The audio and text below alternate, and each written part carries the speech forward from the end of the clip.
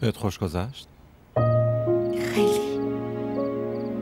یه جوری حس میکنم انگار بعد سالا دارم یه نفس راحت میکشم، بدون هیچ استرسی و هیچ نگرانی دارم زندگی رو حس میکنم.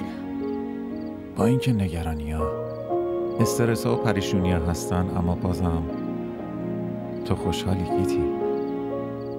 منم از همین تعجب میکنم که با این وجود خوشحالم. من فکر میکردم برای خوشحال بودن به پول و ثروت نیازه، اما امروز فهمیدم که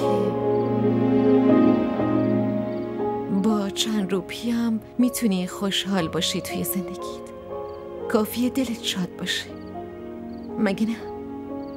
مسئله پول نیست گیتی، مسئله آرامش قلبی آدمه. و این آرامش قلبی خیلی چیز عجیبیه.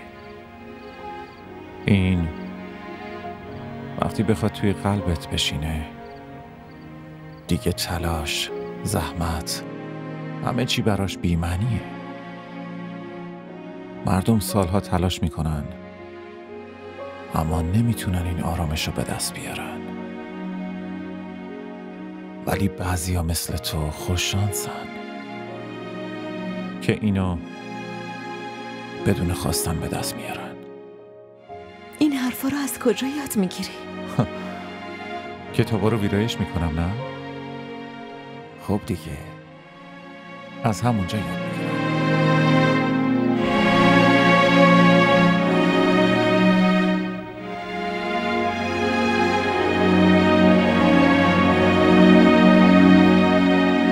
پمپ بنزین چقدر فاصله داره؟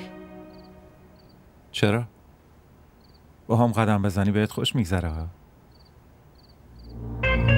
فقط یه کمی دوره، باید یه 10-15 دقیقه پیاده بریم، بعدش میرسیم به پمپ بنزین.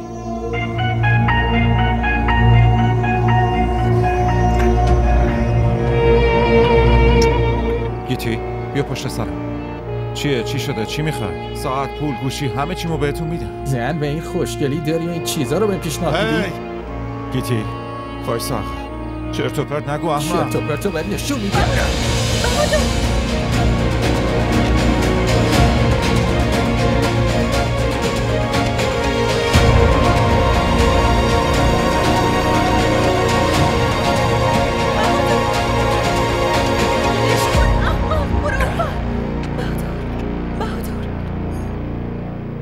مامان همه برگاش زرد شدن.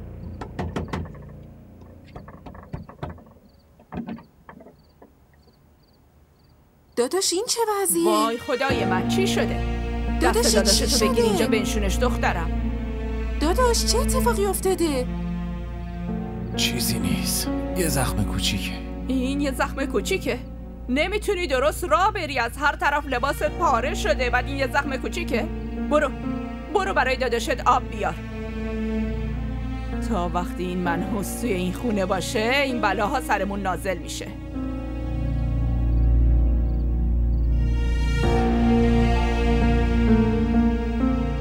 یکم از خدا بترسین. مادر چتون شده؟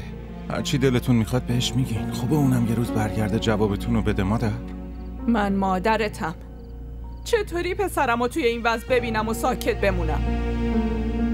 برای تو همیشه مامانت بده.